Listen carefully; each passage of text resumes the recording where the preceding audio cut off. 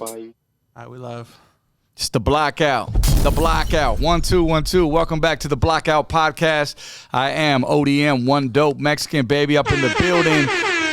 We got my homie, my partner, my brother from another mother, Mr. MC Money Moons in the building. Hey, you can't see me today, but I'm over here in switches. Yeah.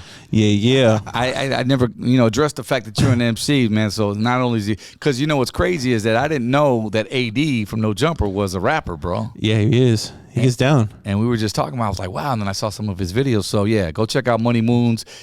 Man, interview coming. But he definitely got some slappers out there as well on YouTube, so make sure you check them out, man. But today, though, we want to welcome everybody. First and foremost, if you could share this video already, send it to your homies, man, so they can peep it out. If not, just they could check it out on the playback for sure. As you know, we got a platform. We've been doing everything. We did season 1, Lighter Shade of Brown. I want to say gracias for everybody that tuned in and watched that as well. Hopefully we did it some justice. And now it's time to open up the floodgates, as I say, to, other people in the industry and different forms of industry as well. As actors, rappers, singers, influencers. Shit, we just had some fan models. Oh! Shit, it was lit last weekend, huh? Oh, my God, bro. Still hungover, bro, from last weekend. For real. When DJ gets a hold of you, Don Julio. But today, man, we're going to vibe out, man. These are one of my favorite interviews because I love interviewing rappers. But this gentleman right here is not just a rapper. He's also an actor. He's a writer, producer. He does it all like a bowl menudo, man. And I got much respect for that. Somebody who can open up their game to other types of fields in the industry. I mean, jack of all trades, so to speak. Ladies and gentlemen, coming straight out of Redondo Beach. Just give it up for CUETE YESKA. Yes, what's up, homie? I appreciate that. Thank you very much. Dude, what's up, homie? So we recently hooked up in, I think, Utah. We just had a show out there, right? Yeah. Talk about it, bro. What were the vibes of Salt Lake City, man? Man, it was cool. It was cool. That place was packed. It was a good memory for me, man. Just seeing you guys rock it, seeing Frost rock it. As a matter of fact, Frost, he's killing those younger dudes too, by the way. Like, that dude goes out there and he manhandles that mic, dude. He just... Bro, we're talking about a dude that just had a triple bypass, too. Like, he literally had his heart on a table. I know. He was telling me, I was back, like, man. Right, the story? And he's out there, man. If you guys haven't caught a Frost show, you got to try to... If he comes to your town, you got to make it because that man still has it. He's never lost it. He's a legend. I think it's the drive, the passion that we all have in it. This is what we do. Aside from everything else, this is how why I got into the game, right? Yeah. I was actually in the green room, and then I heard the music coming. I was like, oh, okay. So I peep out, started checking all the rappers, because I like to watch them all. I mean, because they're always give me their tapes. Can you check out my music? And I'm brutally honest all the time. I'll usually tell them, like, do you want me to tell you the truth? Do you tell them straight up? I tell them the truth. Yeah, you want to hear the truth? Yeah.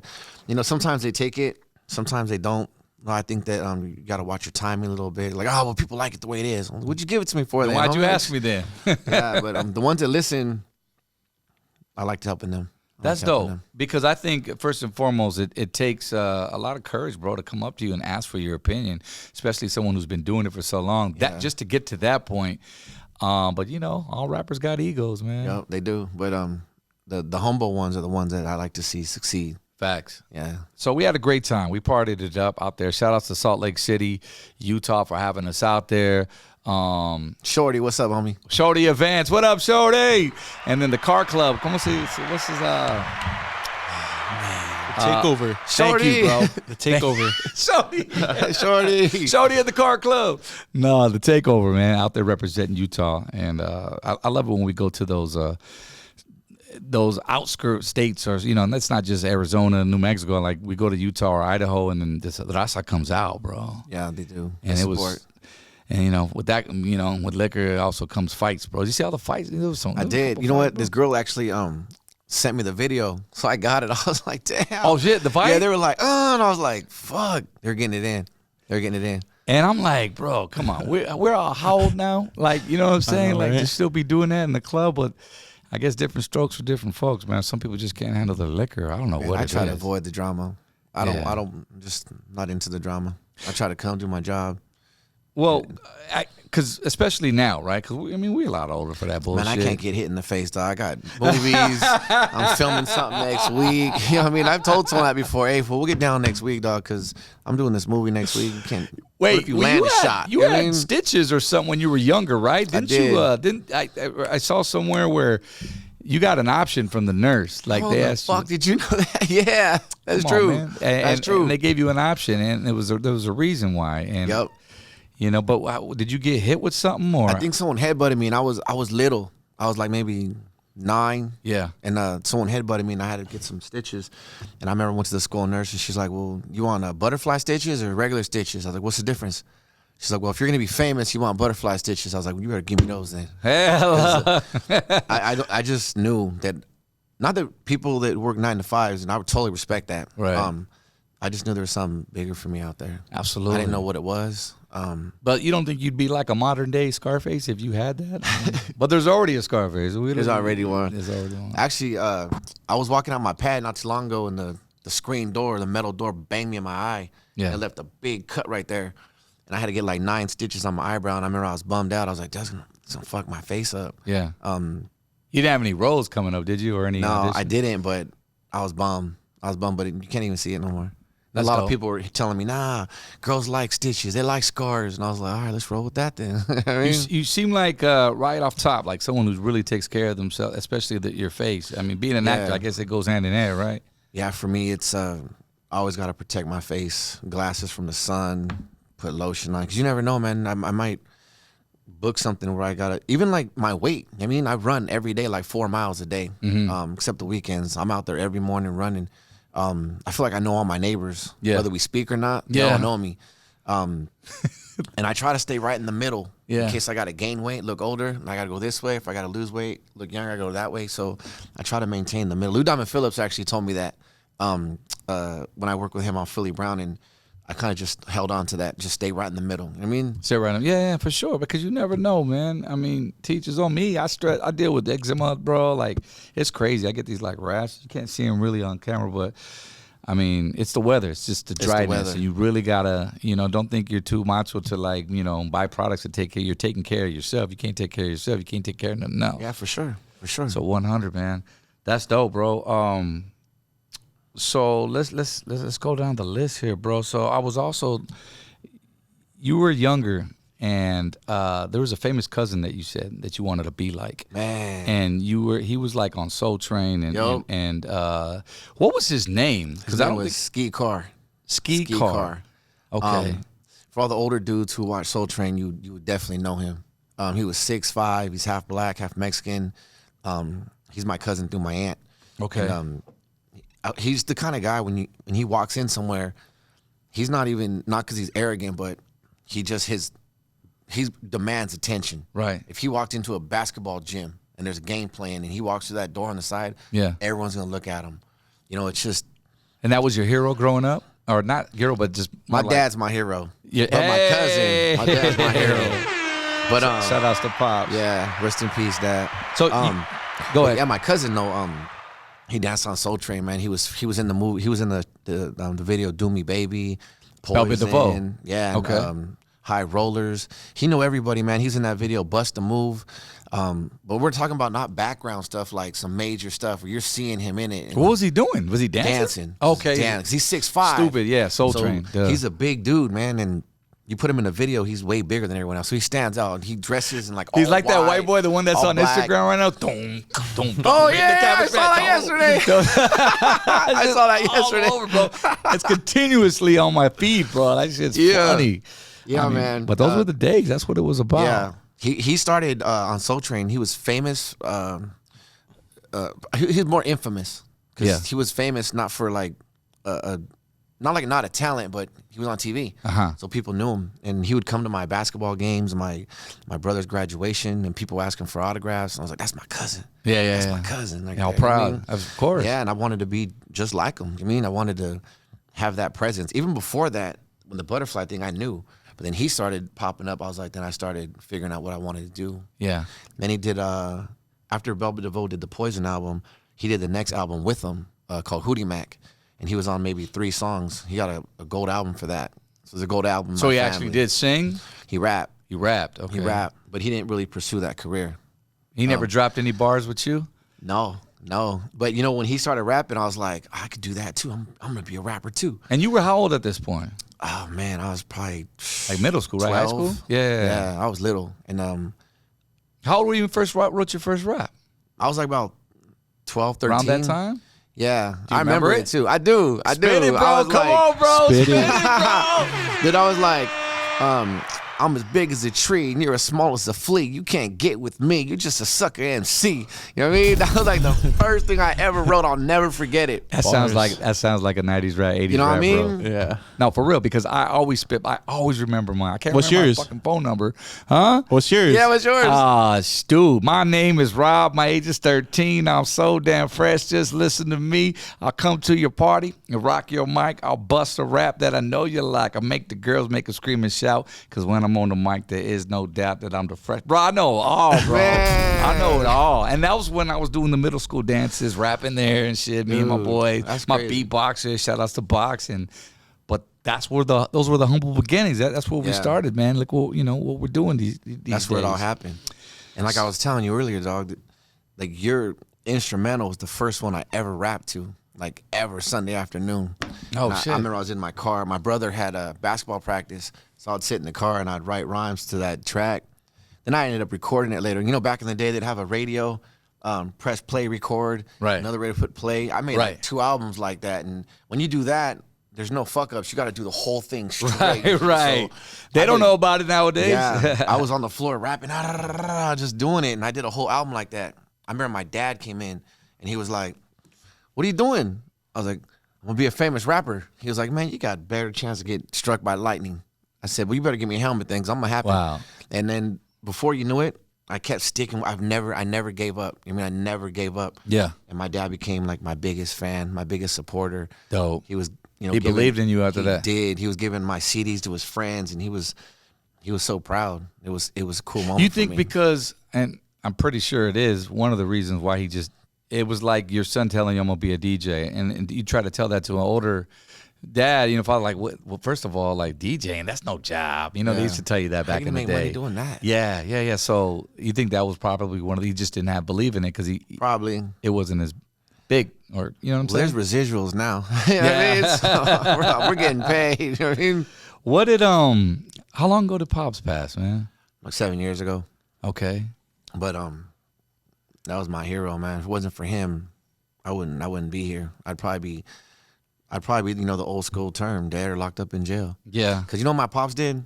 Because I'm from Redondo. He would always have us in Torrance, which is the city over. So when we went home, we couldn't hang out with the homies. We had to go home to another city. And he kept it like that all our years. So we really couldn't hang out much. Right. So whenever after school came, we got to get home. We can get home if we're chilling. So he kept us in another city. So we weren't. So Redondo was crazier than Torrance? Or Torrance wasn't as crazy as Redondo? Well, Redondo is where all my family's from. So that's where I would So they probably kept get in you the most sheltered. trouble. Oh, okay. I mean, got you. Yeah, so my dad was smart. I didn't get it. Then I hated it at the time. Like, why can't we live in Redondo? Yeah. So I want to get in trouble. Kept us over here, so we really couldn't. I didn't have a car. What am I going to do? Right. So I really couldn't hang out much. So did you hang with the homies that bang, or did you ever Yeah. put in work? You had Yeah, your little- people don't think that they think Redondo's a beat city, but it's the Yeah. first city to ever have 3 strikes. Is that It's right? the first city ever. It's actually the first city to ever have the gang injunction too. Out of all the hoods, Redondo's the first one to have the gang injunction. Interesting. Yeah, people don't know that. Crazy, man. Mm-hmm. Redondo, and I don't think I've heard of any other. I mean, I could be wrong, but that's for you to educate me and our viewers. Like anybody else come out of Redondo, like doing it big? You know, there's this girl right now who's a UFC champion. She's from Redondo, Carla Esparza. Carla Esparza. Hey. UFC champion. Demi Moore went to Redondo for a while. Okay. Yeah. That's dope. That's dope. So you and Pops, you actually wrote a song about Pops, didn't you? Called "Holding On." I did. Was Holding that- on. there And was I a- had Diarra on it before he passed away. Man, Yeah. and you used the sample "Simply Red," and I did. know that because I was actually going to take that sample, bro. I wanted to use that so clutch like years back, and I never did. And I listened to yours, and I was like, bro, he did that. He did that. He really appreciate did that shit for sure, man. Yeah, Salas on the beat. Was that Salas. David Salas? Yup. That's what's up. Shout out to David Salas, man. Yeah, I was reading one of your quotes here on Instagram. It says, I guess your dad's birthday was one of his birthdays recently. He said, I know I messed up a lot. I have learned the hard way, but I'm trying, and I hope you're proud of me. I love you, miss you with all my heart. Doesn't take a signature to make you my dad, you chicken shits. What does that mean? Oh, man. All right, well, because he's been my dad since I was about 4 years old. He's like my stepdad. Okay. He's the only dad I've ever had. Right. Like he's my last name. He's the only man who ever cared about me to really love us and give us a good life. So some stuff had recently popped up. Sure. My grandma and her passing. Is mom still in the picture or No, my grandma, his mom just passed away. Okay. So no, but is your mom still? my mom's still with us, yeah. Okay. I got some crazy stories about my mom, I'll tell you what. Go ahead. So the house is going to the kids, my dad, but they're all passed away. My uncle and my aunt passed away. Oh, I think I know where this is going. So now it's going to the cousins. Right. And there's some family members in there who are like, well, you're not involved because you're not my real cousin, and I guess your pops never truly adopted you. So they're kind of like, I feel like they're shitting on me. That's some bullshit. But it's not even about the money. I don't care about the money. You throw the money that I would get in my bank account, I probably wouldn't notice it. Yeah. But it's just the fact that, I'm your cousin when it's cool. Right. But now it involves money, kind of not your cousin no more. I'll change my kinda like, really quick. Yeah, I kind of took that. It was But you know hurtful. what? Nothing takes away the fact, the relationship that you have with your dad, and that's all that matters, bro, Never. at the end of the day. Never. And it's not even like you need that money, but I it's the don't. principle, like you said. Yeah, if they gave it to me, I'd just probably say, I appreciate that, and you keep that. That's so fucked. Yeah, exactly. That's crazy, bro. And then for him to, because I know what it's like to be a stepdad. I'm a stepdad. I have a 15-year-old, and but I took her in as my own, bro. Like you signed up for that. Yeah. If I marry my wife, then it comes with the whole package. Yeah, 100%. You love your wife, you love your kids because they're part of her. What's your relationship with mom? My mom? Yeah. My mom's crazy, man. It's hard to worry about my mom because she's been in probably worse situations that I've ever been in. So it's hard to worry about. She's from someone like Redondo that. too, right? She is. So it's like, my mom's probably done more time than I have, bro. You know what I mean? Oh, so is that right? Yeah. So it's like, how do you worry about someone who's, might be crazier than you? You know what I mean? So, boy, I brought you in this world. I take your ass out. 100. yeah. But you know what? One time I was taking my kids to school. My mom lives around the block from me, and I remember driving by her pad, and her car was parked in the spot where she's gonna get a ticket. And I remember I started calling her because my sister is like, roles have reversed, where like now my sister's kind of her mom, and it's weird how that happens sometimes. Yeah. You know what I mean? And Be like that, yeah. I knew that she was gonna get pissed if she got a ticket, so I started calling her to tell her, you better move your car right now. You're gonna get a ticket and get in trouble. She didn't answer the phone. Dropped my kids off. I kept calling her all the way back, and something was telling me something's wrong. So I pulled up at the pad, and I was calling her. I heard the phone ringing in the house, and I knew something was wrong. So I climbed through the window, and I caught her. I found her in there. She was like turning blue. Oh, she was shit. like breathing, and she was having a stroke. And I just caught her just in time. They told me 10 more minutes she'd have been dead. So I was like, man, I saved my mom. Wow. Bro, in the nick of time, like. And if she would have just parked her car in the right spot the night before, that'd have been it. I would have just drove by like nothing. Hey, But wasn't something her told me to time, pursue bro. it. It wasn't her time, Yeah, bro. yeah. I've said to a couple people actually, it's weird, man. If you ever want to like die near me, I'll save you. You know what I mean? On some non-active shit, like Yeah. the real deal. Like I'll come save you. Yeah. But on screen, bro. Well, before we go there, man, you also have a little daughter, right? I do. Dude, I got 2 daughters. It's 2 daughters. I do. Any Older boys? daughter and 2 girls, 2 boys. I was jumping on your IG, and I think one of them, Mia, is that her name? Mia, my little one. I saw that she has a little small business going on right Yeah, there. yeah. Mia's beauty shop. That's dope, Yeah, dude. You know what? She sold so much stuff that she ended up buying these little scooters. Yeah. She bought one for her and her brother. Yeah. And I was like, damn. The little that's electric cool. ones? Yeah. And it was cool. She spent her money on her and her brother so they could ride around the block. Independent. Yeah. Like her and I have this amazing bond where I have this one wheel. I don't know if you heard of a one wheel, but it's like one wheel in the middle and then it's like a teeter-totter. But it has a motor. I've seen them. So I roll that around. I'm too old to ride those shits. Right. You ride those? I do. Because nowadays you care about you know what I'm saying? Yeah, We're too old, bro. I've got hurt on that thing before, but yeah. I You're ride talking about around messing at your night. face up. I mean, know, that's a good way. I know. You better ride a helmet. That thing's come to a complete stop before and just threw me off. It can happen. Hey, it's fun, though. I ain't going to lie. I get on skateboards and I try. Cause my son, he's 6, and he tries to ride skateboards, and that's what he wants to do. But I'm like, let Daddy show you. But his skateboard obviously is too small for me. Right. So I'm just asking for it. So but shit, man, that's what I love doing. I love riding skateboards, and now I need to give me one of them electric things, man. Ride it over here with gas prices these days. For real, huh? Little Vespa. Remember little Vespas? Yeah, hell yeah.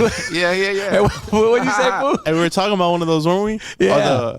Where we can get the motorized bike. Yeah. What we can say, people Like, is that ODM? Is that ODM? On the 91 freeway, fool? I don't give a shit, fool. I'm a penny pincher. I'm gonna be like, hey, I save money where I can.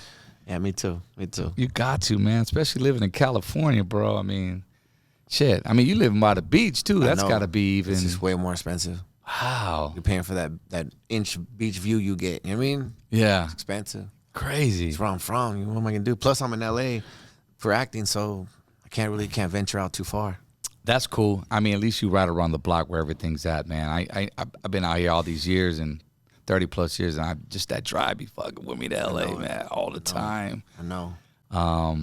But I appreciate you coming out here, man, because I know that it is a drive, and I linked up with CUETE about a week ago, and he had confirmed to be on this right away. So I thank you for coming out, 100%, man. You put me on Raza Radio back in the day, man. I got nothing but love for you. Raza Radio, talk about it, bro. Man, that was huge, man. That was huge for us.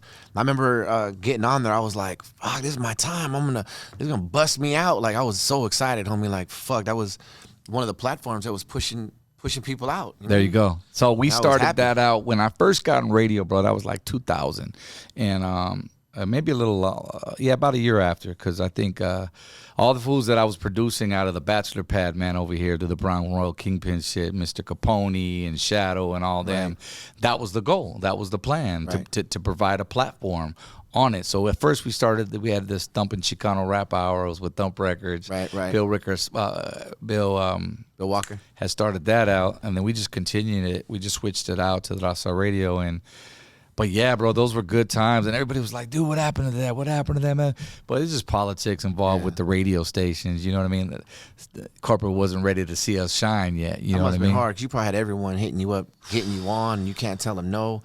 You feel bad. It's like, bro, I gotta be honest with you, man. Like radio itself is just it's another machine, man. You got your hands tied at everything. And I remember I'm coming in as an artist, so trying to program my own show, I'm going from having freedom to do whatever the hell you want to being on a corporate level. It's like trying to explain that to somebody who really don't get, number one, Latino rap or Latinos in hip hop.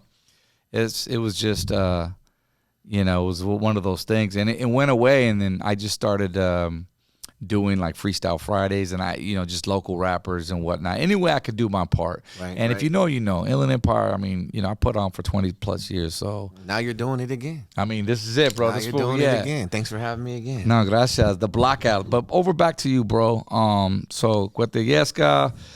You actually came to one of, we were talking, I remember distinctly, you came to one of my birthday parties, man. I think it was to my 23rd birthday party. We had strippers. We had everything that day. That shit was, we were talking about another podcast, man. I think Slow threw a bottle over the fence. And Slow Pain.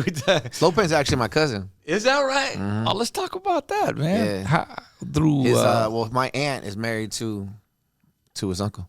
All right. But it's always been much respect between him and I. Like, he would throw my name in his songs as his primo, and I'm like, it's cool. When I first met him, my other cousin, Rudy, shout out homie, was like, yeah, come meet Slow Pain.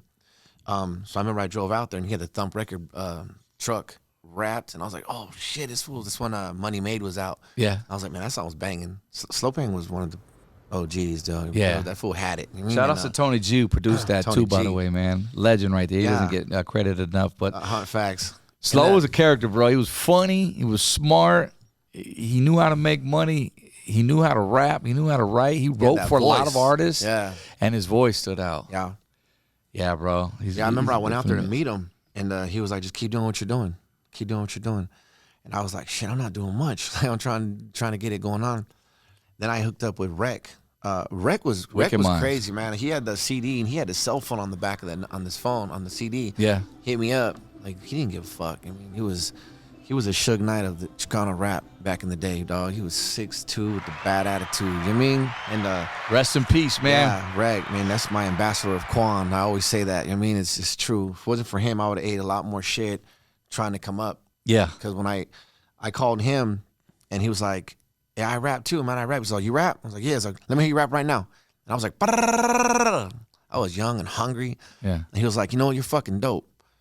I'm going to save your number. I'm doing a new record. Couple months, I'm gonna call you. Yeah. And he called me. Called you. He called me. He remembered Rec me. was all about unity and putting together, like you said, man, these artists, helping other artists. And you don't see that a lot, especially within the Latino community. And he didn't give it. I mean, dude was from Chicago, but yeah, now he moved to Cudahy, and then, and he did what he did. But he was like a gentle bear, bro. He was. You knew him. I hung out with him. Like, he was always at the studio. Cool motherfucker, and he always had your back, bro. He did. And he's the dude you always want around if some shit happens. Oh, shit. That happened, too, a couple times. Hey, bro, I got this show over here. Hey, Rec, I'm going to put you on just to put you on because we got some haters out there. Let's go. I'm down. You know? Yo, you feel safe with the Rec around. The whole camp. And rest in peace for Slow Paid, too, bro. Yep. I mean, both those guys, good dudes right there for sure. So we don't want that to go unnoticed. So who else have you worked with others besides Tierra? And music-wise, I know you put out a few singles. A lot of your music was put out what? You haven't done anything recent, right? I have a new album coming out on Valentine's Day. Oh, well, let's talk about that. Yeah. Yeah. Always My Forever. It's it's weird because I feel like I'm more known for the love stories at this point. I remember I was in this relationship, and every time something new happened to us, I would write a song about it. It was a beginning to end story of like one relationship, right? Yeah. And I remember I had them all on a CD. My homie heard it. He was like, this is dope. When you putting this out? I was like, shit, never, homie. Shit, I'm a gangster rapper, dog. I'm putting that weak ass shit out. Yeah. He was like, bro, it's dope as fuck. I was like, nah, I'm putting that out, dog. Because I was doing my own shit. CUETE YESKA, Sounds of Violence. So this Wicked is on Minds. some lovey-dovey shit. Yeah. And Oh, okay, Mr. I Need Love. Hello, Right, Cool J. right. Hey, don't think I don't know about that either, homie. Look at him. that was the Which one. I'm not That was the clowning, one. bro. I used to rap I Need Love to my Hyena on the land phone, homie. Right. With the phone cord underneath the door in the hallway because it was from my mom's room, and I was rapping that shit to my girlfriend in 8th grade, bro. It's weird because ever since I was little, I always liked the love songs more. Yeah. I'd always get the records and look for those songs because those are the ones I always just like more. Why is that?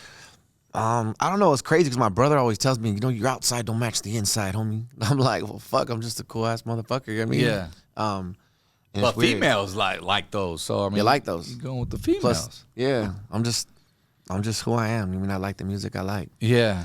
But I was doing this concert with NB Riders, Wicked Minds, and I seen all the women going crazy for their songs, and I was staring, and I just kind of drifted off where I was by myself in the wall, and I started watching them, and the girls were going crazy, and I was like, it's the songs. So right MC after that, Magic, you talk about somebody who hasn't broken formula, who doesn't need to. His formula works, bro. man, Shout outs to Magic, bro, because he doing it like right. Magic said, it's going down like old titties. Like- You know what I mean? I'll never forget that. But yeah, so after that, I put out the first Love Story album, and Which One I Die was on it, and it just changed my whole direction of music.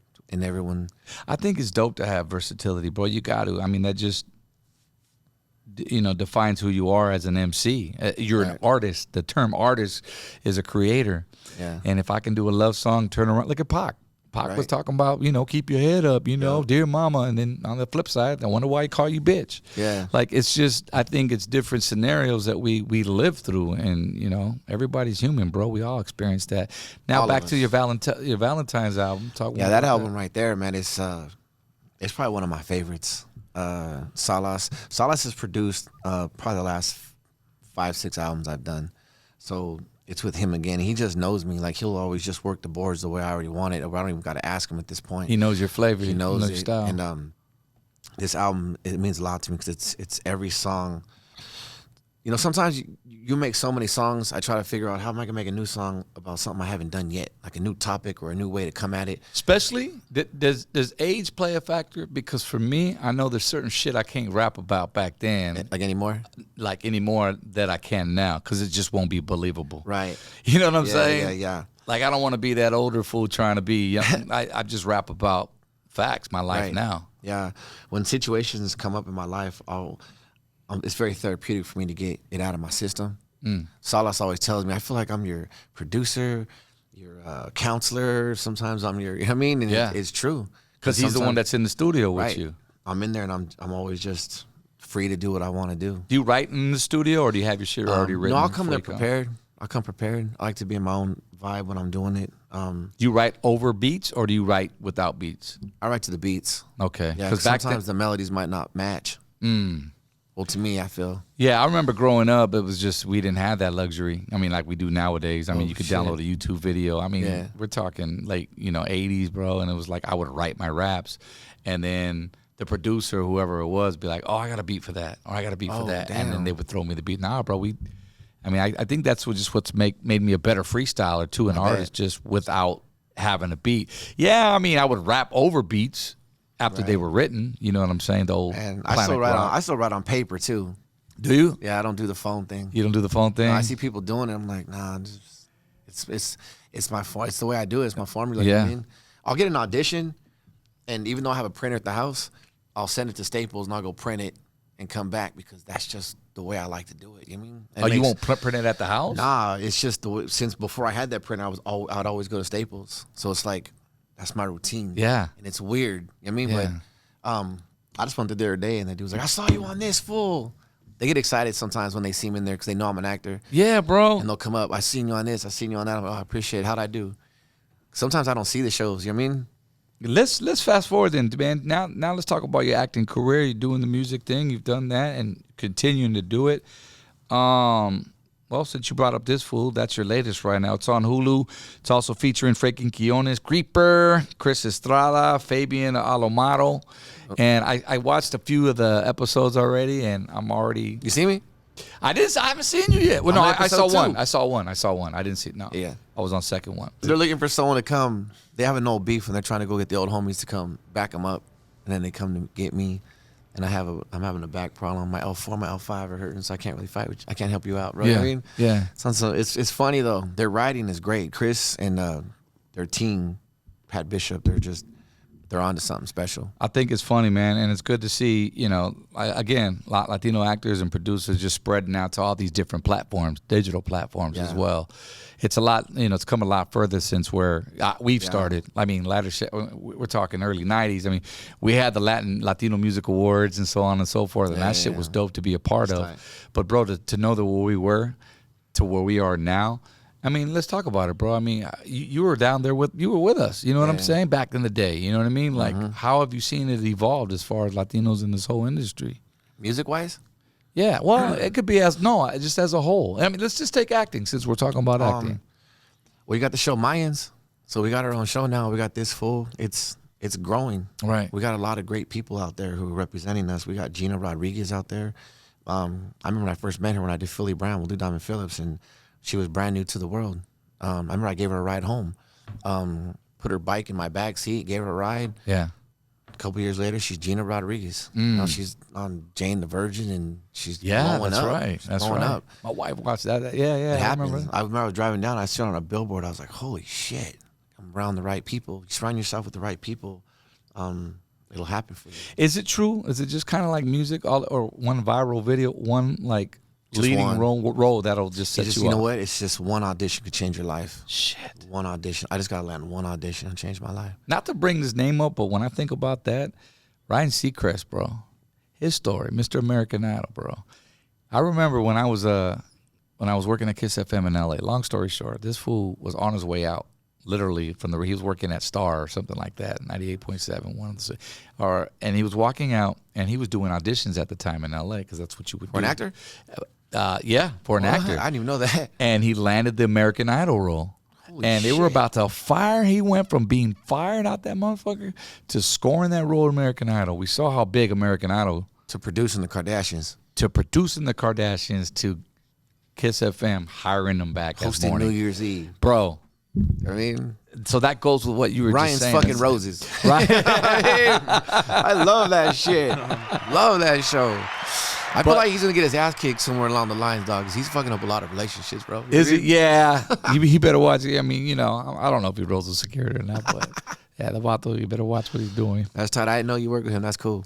Yeah, good dude, good dude. A lot of people on radio, man, and you know, you got some real ones, you got some fake ones. You know how that is. You work in Hollywood. You're out there. You know, is You're it out true what they say? Like, Yeah. Hell yeah. what was Lou Diamond Phillips like to work with? You know, Man, he's real cool. I mean, when I first walked in, we had a table read where, you know, before you guys start filming, you guys all the cast get together and you all sit around the table and you read the script. Yeah. So you all kind of have a vibe. You feel, you know, what's going on. And I walked in, and Edward James Olmos was, you know, like right here. Lou Diamond Phillips was right here. and you never met either one of them. No, Okay. not at this point. And there was a seat right in the middle. I remember I walked in, I was looking around, and Lou was like, right here, come here, right here. And I went and sat down, and I was thinking, and we were reading the script, and I was thinking, and I could hear him going, sometimes when you do that, and I was thinking, holy shit. And it was like Richie, and I was like, how the fuck did I end up right here? This is crazy. I was between He's thinking of the two other legends. lines from the other Yeah, movies. it I was- would probably do the same thing. Man, bro. I remember I walked to my car that day. I was thinking, damn, man, like I fucking actually did that. And it was the beginning of my acting career because from there I ended up getting an agent from that movie. Yeah. And I just started booking a bunch of shit. I've been blessed to book a lot of shit. Yeah. And not only book a lot of stuff, but a lot of shows that are on TV that are popular and big. And Oh, bro, cross let's talk paths about it. with Sons of people. Anarchy, Southland, Philly Brown, as you mentioned. You work with Sarah Silverman's Emmy-winning HBO comedy special, We Are Miracles, Tax Collector, Yeah. with Shia LaBeouf Shout and out David Cornell. Ayer. Yeah. Yeah, dude, you definitely, you know, you got some hitters underneath your belt here. Yeah. Although I saw Barry 4 on HBO, I'm not really a big, Have you seen it? nah. Somebody it's to a watch. good show. I'm on it now. I'm filming it again now. I'm currently filming it, so I have a recurring role on that. So that's gonna push me forward. They got nominated for 12 Emmys. Yeah, I And saw even that. though I'm not nominated for those Emmys, I'm on a show that is. So it's helping to push me forward. You know what I mean? What is your biggest goal now that you're acting? And I think I could probably answer that, but I want to hear from you. Like, now that you're in the mix, you got you know, a taste of it. I'll tell you from like the beginning. At first, I just wanted to book a commercial, and then I finally booked one. Then I just wanted to get on a TV show. I got on one. Well, I want to get on a TV show and have a line. I did it. Well, I want to book a movie. I did it. I want to get on the movie and book a line. I did it. I just want to be a recurring on a TV show, and I've done it like a few times. Now I just want to get picked up for like a movie where maybe I'm the star of it. Yep. Or maybe get picked up on a TV show where I'm not a recurring, but I'm a regular. Yeah. You'll see me on it all the time. Right. So I try to like crawl before I try to fly, and it's been working for me. At what point do you think you reach success? I feel like I've reached it already. I'm pretty proud of myself already. As far as music goes, you know, it's my brother is he doesn't support me like a lot, and like to my face, but I know he does because other people tell me like, man, your brother has your back. He's always telling me all the stuff you've done, and my brother's like a tough guy. You know what I mean? So he keeps me humble. He goes, yeah, hey, I met this dude, and I told him you're my brother, and he got all fucking excited, and he was like, dude, your brother's CUETE? Fuck. He fucking made it. He's one of the vatos that made it for us. He made it. Like, he made it, and I was thinking, damn, I did.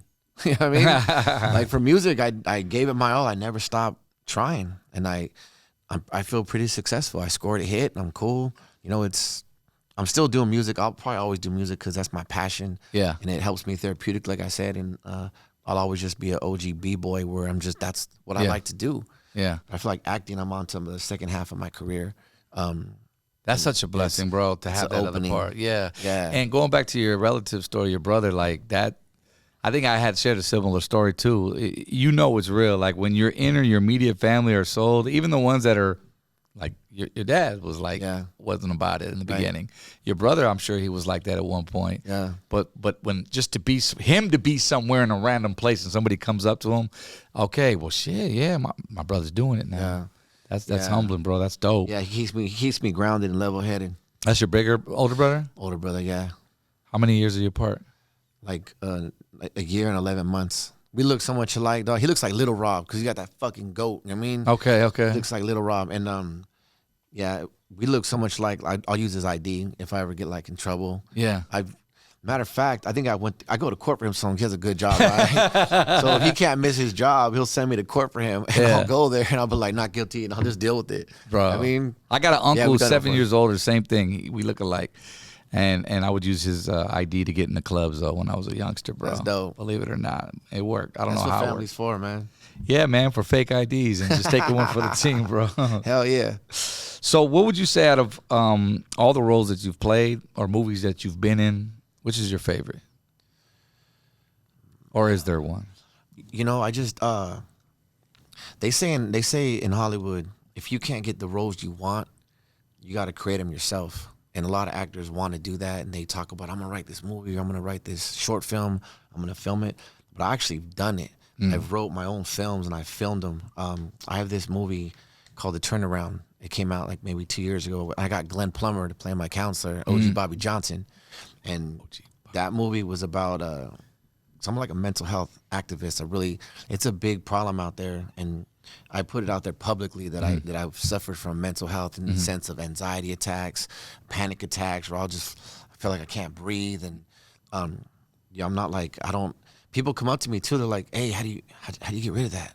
Like, are you cool?" They whisper it, and I'm like, "Don't whisper it, bro. It's not a bad thing." Right. I help them. I've helped a lot of people. People call me all hours of the night. I don't feel good. Grown man crying. I'm like, first of all, you're not gonna die. You're gonna be good. It's just a bad moment in time. Just calm down. And I help whoever I can, man. I'll give you my number if I think that I can help you. I mean, so that movie meant a lot to me. It was actually my first movie, and I was just telling someone the other day that the first festival I did, I won the grand prize. Like it won the whole thing, and they gave me this piece of paper that said I was the grand prize winner. And I was hugging that thing all night, dog. Like it was fucking gold. Like, Was this the festival that you did with Linkin Park's boy's son? no, Or that was the 420 Fest, but that was a good dude too. Because his pops said, Sure. yeah. So Yeah, mental they were issues. they were activists about it, and they came across my movie. They actually found my movie, and they loved it. They loved it. I'm actually turning it into a full feature, probably the beginning of next year. Because what you do is you make short films that maybe 10, 15 minutes. It could be 20. It could be 8. You put them in festivals, and you start winning awards, getting recognition. They start realizing, okay, this dude has something over here. Is that where like the big scouts come out and they say they check you out? Yeah. Yeah. So now everyone is hitting me up. Like, we want your movie in this festival. Come look for this festival. And I ended up making other ones. I made one with Eric Roberts. He's an Academy Award nominee. So to have these people in my own films is it's a big accomplishment for me. So with that being said, Money Moons Behind the Switches, see, he has an idea for the All Horny Boys podcast, and he wants to turn that into a movie one day. There you go, bro. It's possible. Hey, I went out and bought Get all 30 my own minutes of you cameras. get busy, bro. Going ham? Go ahead. Shit. I got all my own equipment, so nothing could hold me back. We could just film it whenever. You got your own cameras and all that? I went and bought everything I needed, so I don't have to Shit. hire no one. I don't have to wait on no one. I just pick up and go. Damn. See, Yeah. Moons? Horny Boys in the works. On the Right. road, bro. Right. You can go to Palm Springs, shoot it out there by the beachy umbrella things right there on the hood. Not the like windmill things? Huh? The windmill things? Yeah, the windmill things, bro. Get really electricity? electrified. Yeah. Yeah, yeah. See, Sick. you can do that, bro. You're younger, bro. Old man, You like never me. know. You never know what's going to happen. So that's dope, bro. Yeah, I saw that, the turnaround. I saw the trailer and realized it afterwards that you actually went through that and how, and everything's like. Have you learned to grab a hold of it and grasp it? Does it ever come back? You know, as far as depression, if that's what you experienced at that time. Yeah, there's a lot of different elements to it. I never really suffered depression. It was more just panic attacks where I felt like I couldn't breathe and I felt like I was gonna die. You know how someone tells you, "Oh, fuck, I almost got hit by. I thought I was gonna die." Yeah. It's an expression. But when I tell you, like, bro, I thought I was gonna die. Like, it's real. Like, I thought I was gonna die. You were like retracting. Yes. And so to feel like that every single day, it was like 8 months. I had it really bad. I felt like I was gonna die. I just wanted to fucking dome myself, bro. It was like I was existing. I wasn't even living. And people were like, "You got to get a counselor." I was like, "What's talking gonna do? How's that gonna help me? How's talking to you gonna help my body?" You mean? And it got so bad towards the end, I was willing to try anything. So I went and got a counselor, Max. Man, that dude became like my best friend. He was an older dude, and he used to tell me stories. He used to shoot for CUETE magazine, like so. He was a cool Mexican dude. You know what I mean? Wait, do I know that? Max dude? Duños. I know CUETE magazine. He was a cool dude, man. Yeah. He changed everything about my thinking, and after a couple weeks with him, I was pretty much back to normal. Yeah. You know, he would teach me you can't die from it. You know, just you got to learn how to dance with it. And move, you know what I mean? And all these different tricks, and they worked. And good. I got a lot better. But it is like a distant cousin because it comes and visits you every now and then. Yeah. Yeah, but not like before. That's dope, bro. Hey, you couldn't have said it even better. It's like a cousin that just comes every once in a while. You don't want to see that cousin. Yeah. But he's just there, you know. He's he there is. sometimes. I feel you, man. I mean, I went through some depression as well, and I just had a homie just like you did, and he just kind of brought me out of it, bro. And except he took me to church, and, you know, I was going to go see a counselor, and he's like, man, just come to church with me one day, bro. But depression is no joke, bro. You know, you just start thinking the worst, but I think it's how you come out of it. And for those that don't, I mean, obviously there's hotlines and stuff, and you can get help, and we suggest you get help as well. DM me, I'll help you. This guy will I'll answer help your you. phone at 3 o'clock in the morning, man. I will. I'll help That's you. awesome. Yeah. So, top 5 hip hop artists of all time, bro. Who's on Man, your? that's funny because I was just someone asked me that the other day. Yeah. Ghetto Boys. Okay. That could count as one. Ghetto Boy. All right. Then I'd say Ice Cube, Yeah. Eminem. Yeah. I like Cool J. Hello. Cool J. Yeah. Because when he came out, he was a monster. I'm bad. Like he was and then he bad. softened up a little bit. I will say that. He did. With I Need Love, and then, you know, he was doing the Jingling Baby. Like, he was doing all the mainstream hits. He was making songs that made me feel uncomfortable listening to him. Yeah? Like, Paradise is very nice. Like, Yeah. I don't want to hear that shit. You know what I mean? He had what's girls moaning in studio. When he came out with I'm Bad, I was young, and I was like, dude, I want some of that. Even before Radio. The first album. Radio. Yeah, he was My a bad radio, dude. believe me, I like it, from the Crush Groove days. Yeah, I he was mean, bad. that was like the ultimate MC. And then, yeah, he dropped I Need Love, and he saw Lane, I'm assuming. Yeah. But then Cannabis came out later and said, hey, 99% of your fans wear high heels. But then LL came back and just murdered Cannabis. So anyway, rap beefs. So those are your 5 right there. Who's your top out of all of them, though, out of those 5? Eminem. For sure? 100%. It's my favorite rapper, Eminem. Why is that?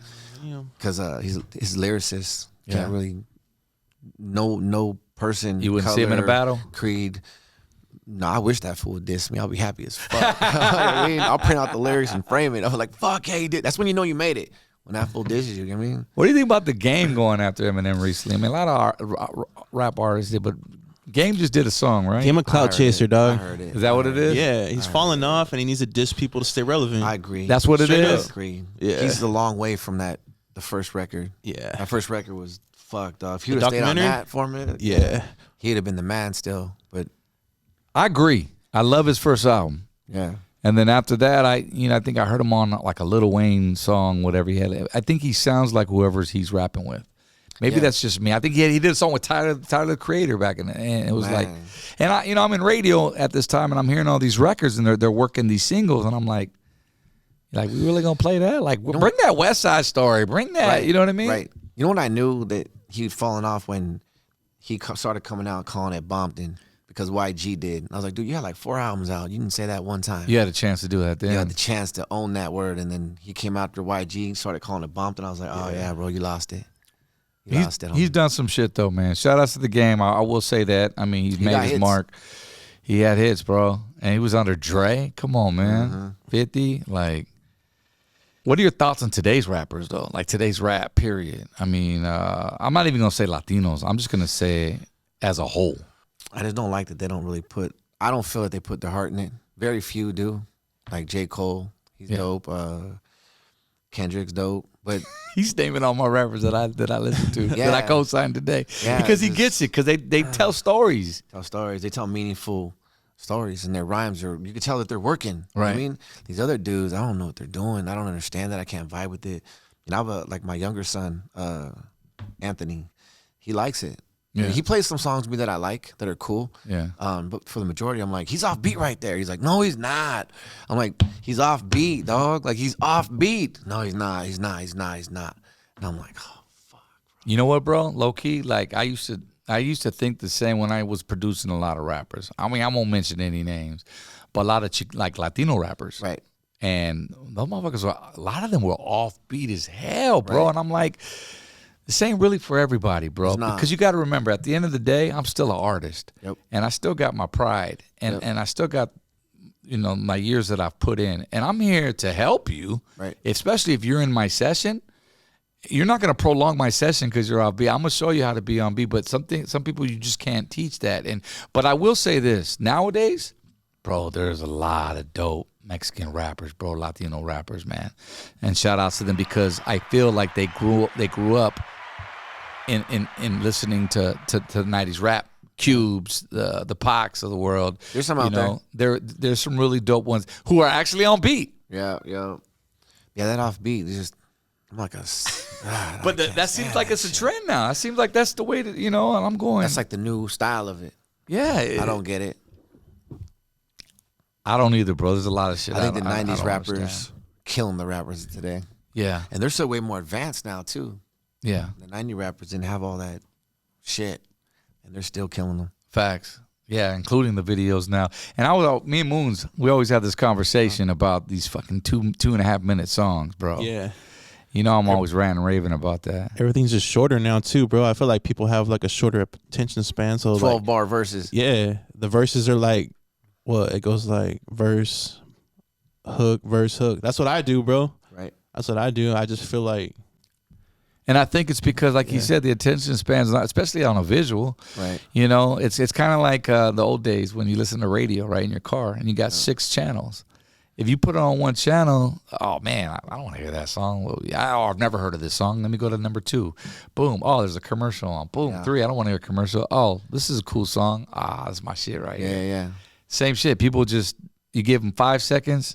And you better sell them in that 5 seconds. You got to. That's why I stick to CUETE. Play all the shit I like. Hello. Shout outs to CC Romeo. Yo. They so dope. They holding it down over there, man. I love CUETE as well. And, okay. All right. Sports teams, baseball fan? Dodgers, Lakers. I'm not really too much of a football fan. No shit. Yeah, a lot of people are like, you don't like the Raiders? I like them. Why, fool? Because I'm tatted. I got a fucking bald head. I got to throw on a jersey. It's crazy because I always say football is a chick sport. And they're like, well, why? Well, because it's a bunch of dudes in tight pants running around chasing the pig. Dang. I just don't get it. I've never been a football fan, man. I like UFC. CUETE just shitted on all the football fans out there, players, bro. It's all good, bro. I ain't gonna lie, man. I've always watched it. Became a fan of the Rams.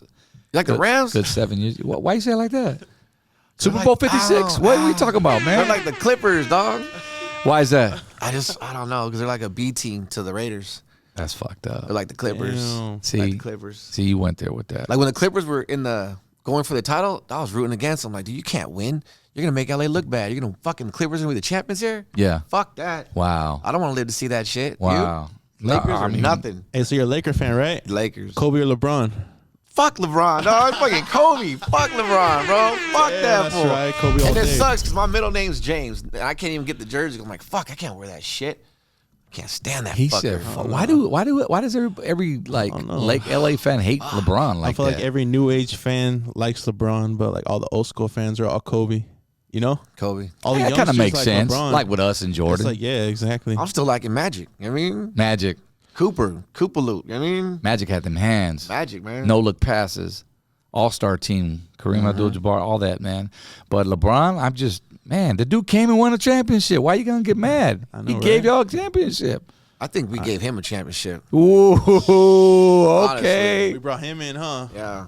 He has a championship that's like legitimate. Like he went and won in Miami. That was a store-bought team. Okay. Count those?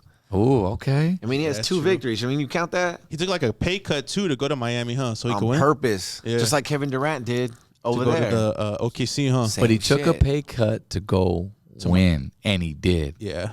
It was inevitable he was going to win with that team, though. Well, that fool don't need the money, dog. If you think about it. So you think he purposely went, like you said, Hell to go to yeah. Miami to be For on the sure. stacked team? He knew he was going to win there, yeah, for sure. It was like D Wade, who is it? Dwight Howard? Yeah, there was a lot of... There's a squad. Yeah. Even They were the even big three. Jordan was like, back in the day, I was trying to beat those guys, not trying to join them. Yeah. Jordan. Yeah, but then LeBron went to the Cavs. Remember, he went back to his old team. And he won. Yeah. He I'll give felt him bad, that. or Yeah. I'll give him that. And then he went to the Lakers. And So he won. got one ring. Yeah. wow. Hey, the man, he put up some numbers, just like Shaquille. What about when Shaq left the Lakers and then he went over to where'd he go? The Heat. Yeah. He did it though. He did it won. too. He did it. He did won. it. He did it. Was it stacked? But then? he came Nah, I back don't and he think lost so. a shitload of weight. Yeah. He wasn't coming to LA like that. Hmm. I think he had a point to prove against Kobe, so he got in the best shape, went out there and he won. Yeah. That's true. You're right. He wanted to beat Kobe, huh? Yep. And he did, and he lost a shitload of weight and he was moving again. Fucking, did you hear about LeBron now? What That he's happened? trying to leave the Lakers. You know, he just signed the contract, and he has the opportunity to buy the Suns, the Phoenix Suns. Bye. So he wants to go buy it, but I'm like hearing the reason why is because, you know, his son's about to go into the draft. Right. So if he's the owner of the Suns, he can draft his son. Draft is some recruit his son. I think he said he wants to play. Yeah, so he 1 can play year. with the son. Yeah. I think that's cool. That's cool. Yeah, I Can you want to play with imagine? my son. You mean? Can you imagine? that's dope. That's just like fucking Space Jam, fool. Have you seen the movie? I haven't seen He it. plays against his son. Oh, shit. The new Space Jam? Yeah, the I one didn't he's see in. it. You know why? Because LeBron's in it. Wow. All right. Now that we know Cuete Yeska's a LeBron hater, I it's can't all stand good, man. that fucker. What it is. Respectfully, I'll take that. It is what it is. All right. So, how hard is it, man, you think, for a Latino to excel right now, though, in this climate of where we're at today's age of in the industry, you know, movie industry, let's say? I think it's hard because I'm not sure that they take us serious yet. People have like jumped in my DM. Oh, man, next thing I see for you after radio, man, get into acting.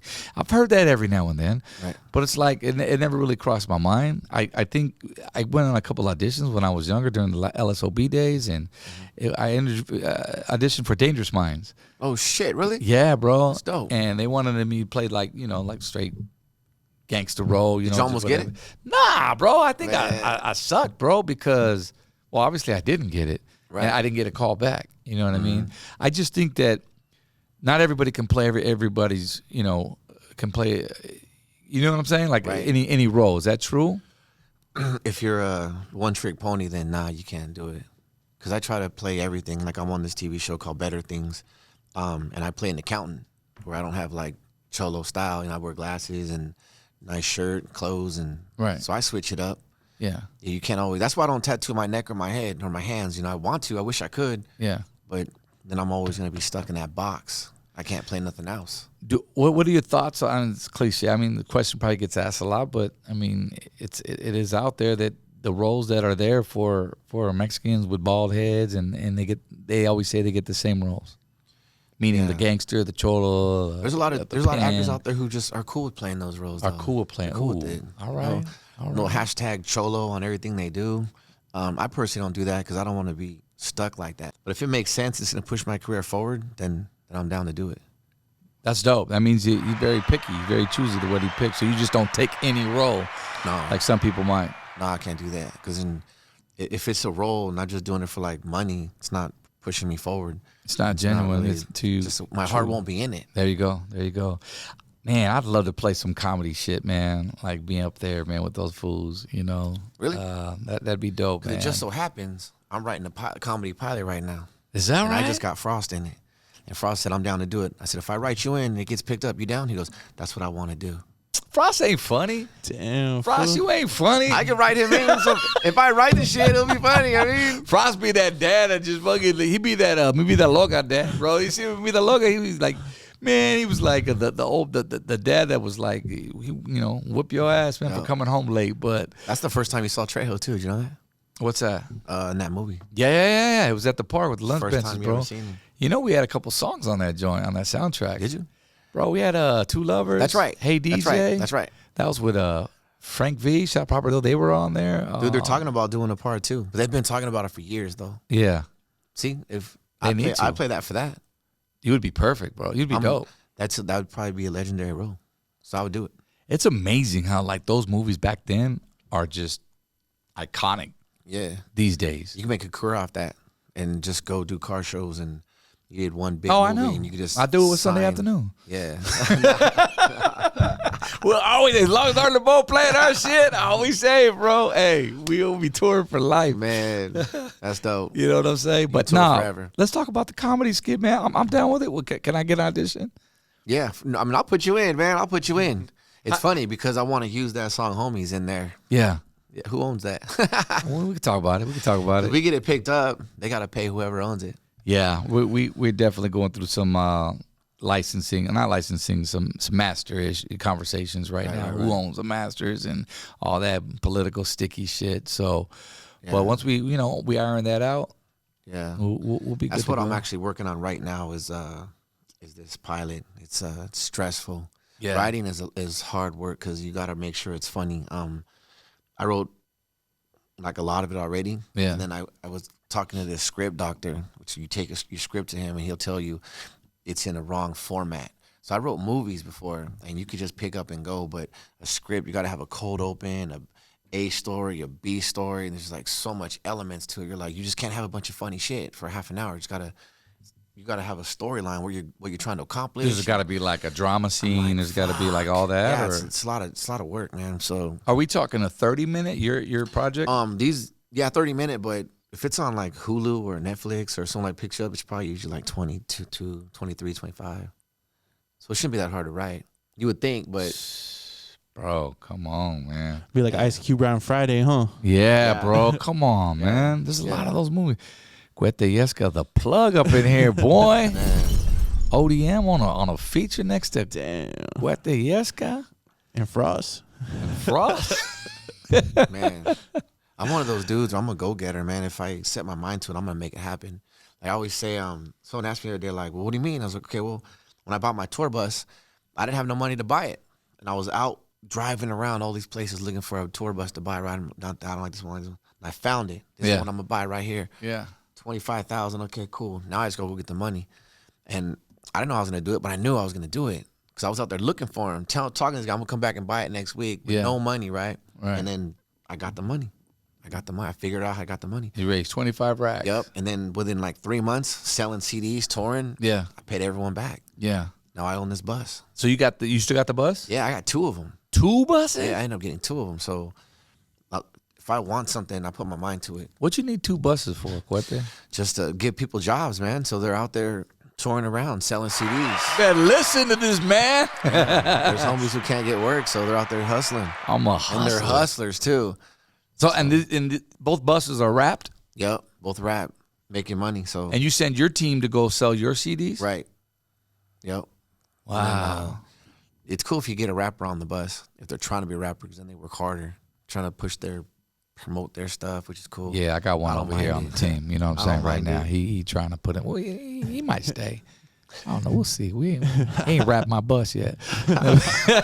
He ain't slung a CD for me yet. Man. I got to do music in order to sling shit, dude. You don't even got no CDs, fool. I know. I got no music out. Hey, do CDs still sell? Hell yeah. You know Yeah? why? Because even if they don't have a CD player, it's something that they have right You then can and sign, there. huh?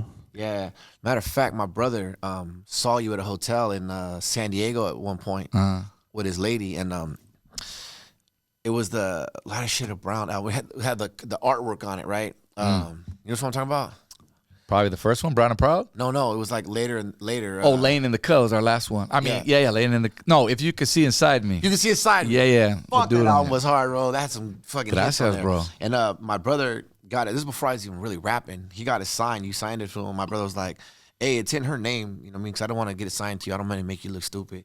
And he was like, he didn't want to walk up and have another dude sign it for another dude. So he signed it to his lady. I still have that CD. Is that right? Yup. Dude. I still have that CD. Hey, we did that at the Bachelor's Pad, bro, during the Brown Royal Kingpin days. Yeah. That was our last album. We had That was the last album you did? and Too Deep on there. was Major League on that Frost, one? Major League was on there. Bad Influences bad. with Shadow. Bro, if there's any in the time, and I'm sure you have a date too, if there is any point in your life where you knew that you were just fucking right in your ass, you were in your zone, bro, that was it, bro. 97, 98, 99. That was a good album. Shit, and I was producing. My beats were on point. Everything was just, we had some good times, man. I ain't heard nothing from you in a while. So when I got that CD, I was like, oh, shit. Yeah. I was excited. When I got in the radio, that's when I took a break, man, and decided to do that whole thing. put out a solo CD in 2002. I dropped a single called Closer. I remember that. Yeah, I got that too. You know, but other than that, just a couple features here and there. But who knows, man? This fool's always trying to get me back in the studio. I told him let's do an LSOB album, fool, or at least an EP, a little something. Yeah, you should do it. Since DTTX, passed away, it was just kind of like, well, he's irreplaceable, like, and it was the fans that were feeding me on, like, dude, but he would love to see you at least continue the name. The name's there. Why? You don't have to replace him. There's not going to be another DTTX. Yeah, we know that. He's irreplaceable. I don't think there's anyone else like him. Right, he was bro. a big man and a little body. You know what I mean? You got these stories about in a wonderful way. And I was on tour with him a gang of times, and I remember one time he came and was, "Hey, Quete, go buy me a drink." I was like, "The fuck? What?" But that was just how he was. He was a cool dude. Bobby was like, you knew Bobby, you knew very Bobby. outspoken. Very. I mean, and he probably didn't see it as disrespectful. You just said it. Hey, go buy me a fucking drink. Like I was his bitch or some shit. I was like, what the fuck, homie? That's deep. Like, I remember when I first met him, Rec took me to Royal Tees in Diego, and they had his basketball court inside, like where his warehouse was. Yeah. And we played a game. It was me and Rec against Royal and him, and I remember I fucking slammed dunk on him. And after that, I don't know why it meant a lot to me, but boom! And I was like, fuck, I made it. Like, I made it. Like, that meant a lot to me. I dunked on DTTX. And I thought, fuck, I'm a rapper now. You know what I mean? It was weird how that accumulated in my brain like that, but I'll never forget it. He was a cool dude, man. Yeah, rest in peace, man. Cool D. dude. There's a whole season on it, man. The block out. You guys check it out, season 1. The Birth of Lighter Shade of Brown. Yeah. But shit, Quete, what else we need to talk about, bro? Because what was it like working with Shia LaBeouf, man, and the homie Conejo on Tax Collector, bro? But that was cool. It was good to see him after all that time. I'd been in contact with him. He would call me every so often through the years. So we were always communicating. I didn't really know, when I found out he got that role, I didn't really know him as an actor. So I wasn't sure, and I felt like I'm a seasoned actor at this point, because I've done a lot of stuff, and this is his first thing. When we got to the table read, and his part came up, I was like, holy shit. Bro, he played that role. Fucking killed it. Yeah. I was super proud of you, bro. Cornell, you killed it, man. He was practicing. I guess I was in shock.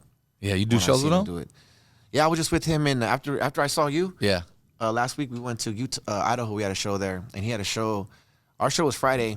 I went to Idaho on Saturday. He had a concert out there, so me and Fabian went out there to support his show. Oh, Frost was on the bill too, right? Yeah, but Sunday was our show, our concert. Okay. But Saturday night we went out to his concert. He killed it. Man. And you brought the tour buses out there too? No, I didn't. Not that show? No, he was out there chilling. Yeah. He had a good time. What do you ever go on your tour buses, or do you just send your team out? I'll have him pick me up in the tour buses. That, when you're in the tour bus a lot, you feel like you're missing out on life at home. You're raising your kids through your telephones. It's like being on that road, like feeling. Yeah, I was on the road for like 8 months out of the time, like 6, 7, 8 months, and it was a lot, man. And it's always the same thing, different story, another city, same conversations, the same thing. Which I love. I love all my fans. They just got to be. I would just miss home too much. I mean, I want to be there for my kids' tender years. Yes. And raise them right. I don't even smoke weed. I don't even drink. I don't do none of that. I'm too focused on my career, and I figure I don't want my kids growing up thinking that that's how their dad is. I mean, if I ever want to drink or smoke weed, it's going to be there when they're 18. I can do it then if I want to. But for me, I'm just too focused on my dreams and my career to have any distractions. Some people could do it, but I can't make weed a weekend thing. Right, So right. I like it too much. I mean, So I could see Quete sober, the name change or something. Quete something else. Dropping the Yeska. yeah, people are always like, "Well, you don't even smoke weed." Shit, I can't do it, bro. I'm on to bigger things right now. I mean, Nah, I get it. You can't just change your name like that. In the 9th inning, the shit's already branded. there it is. yeah. So your kids, what are their ages? My younger kids are like 50. Man, he's about to be 16. Huh? It's crazy. So Next week, like Jake. 15 to how old? Or To 23. okay, so Yeah. wow, okay, they're Yeah, like so almost back to back. Yeah, back to back. And I've been there this whole time. Not like it's something to be proud of, but Yeah, because you're supposed to be. But I've been there this whole time. Being their dad is my number one priority. It's all I care about.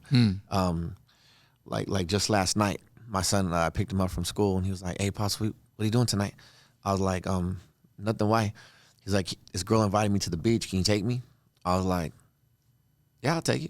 I'll take you. I just dropped what I was doing to take him, and he met this girl at the beach that he had met on the internet. She was in town for one night. Yeah. You know, took him to the beach.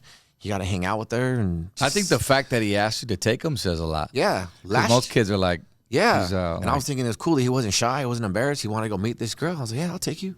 I don't know a lot of dads would have stopped what they were doing and then go to the beach and hang out, let him do his thing. Then they were talking for like 2 hours after, and I just sat there and let him do it. I was proud. let of him do what with it? That's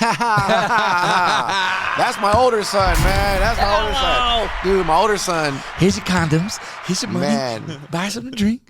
My tour bus was a fun spot for my older son, man. I'll tell you that. Yeah. Dude. Oh shit. He learned, huh? Daddy's little fun bus, bro. You know what I mean? Wow. Yeah. Road life. That's awesome, man. That's good, man. I mean, you know, it makes me happy that, you know, you're a proud dad, man, and you're there for your kids for sure. Because I know what that's like. Moons and I were just talking about, believe it or not, going on the road as well, getting our own bus or something, you know, with this podcast thing, and just going, say, you know, doing the shows and then after hours hanging out and, you know, recording, just doing that. I don't know about 6 or 7 months on the road. I mean, maybe a couple weeks, you know, and then come back, because I definitely miss my children as well. Sure. Plus, I don't think wifey will let me, you know, go on that long. You'll come back and his voice is going to be like, hello. You're like, where the fuck's my son at? You know what I mean? Hello, what's up, Dad? Where the fuck you been? So, on that note, married? Ever been married? I'm not married. I've never been married. Never been married? Nah, never been married. Do you want to? Eventually. Sure. Okay, if it happens. If it happens, yeah. But there's no rush. There's no rush. All right, bro. I'm cool. Because I know we're the same age, or similar. Yeah, I'm just doing what I do. Okay. Pursuing it. Who's Nene Smalls? That's a good question. Yeah, that's a good question. I haven't heard her name in a while. She was she's an Instagram girl who got famous off just her pictures and stuff like that. But you had her on a couple of songs. Yeah, I had her in my videos. She lived in Oklahoma at the time, so I ended up actually I just happened to see her picture before I went there, just randomly. And then when I went to Oklahoma, she was there, and I remember she walked by, and I was like, Nene? She's like, "Cuete?" I was like, "Oh shit, what's up?" Yeah. And we just became friends. You did 2 songs with her? She don't really sing or rap, but I had her in 2 of my videos. So I flew her out to LA, and then she did my videos. So the feature part was just her being in the just videos. Her being in the videos. Okay. Very pretty, bro. Very pretty. She had an entity where it was helpful. I noticed also you don't, you know, another song that I just like fell upon. You know, I forgot what it was called. It was pretty interesting though. It was started with a B. Butterface. Butterface, bro. You got a song called Butterface, bro. That shit was like on some like, you know, hilarious type rap. Like, you know, it was just some funny ass shit, bro. Like, man. I think it was like out of your element from your other stuff. Yeah, she looked good, Butterface. They're out there, man. They're out there. Oh, well, so how to speak upon it. Strobe light hoe. Yeah, I have another song called Fat Girls you probably like. Fat Girls? Yeah, that song is tight too. It's kind of the same thing. Yeah. But they're out there, man. They're out there. I come across them. That's dope. That's dope. You're on the road. I'm sure you see them. Oh, I see them all the time, bro. We used to. Man, there's a lot of lyrics that I cut out back in the day. Trust me, bro. We won't even go there because I was like, I don't want to offend, you know, nobody. And that was early 90s. But then like 97, 98, 99 came around. What was we dropping? Say hello to Mrs. Yeah, 3D with Little Blackie and all them. This fool got me to, I performed this song the other night. He was like, dude, do that 3D shit you do with Little Blackie. And it was like, how the lyrics go? I'm like, it ain't nothing like fat pussy on my dick. And then it was like DJ Quick started out. Yeah. If you come to the studio, bitch, you get dealt with real quick. And it was like all just like cochino shit, like fucking DeGraco. I was like that. I guess I was back then, bro. Because, you know, as artists, you go through these phases, bro. And it goes back to what we were saying. Like, however I'm living right now, that's what I'm going to write about. Right. And that was what I was going through. If you come to the studio, bitch, you get dealt with because I'm surrounded around a bunch of rappers. We partying. Right. We tossing back a few Bud Lights. We filling up. Yeah, we're recording, but you know what it was like, man, with those studio sessions.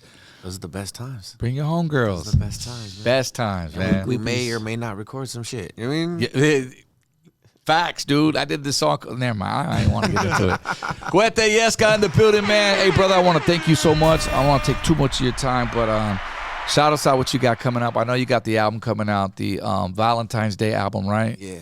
2023, I'm assuming. Yeah, Love Stories.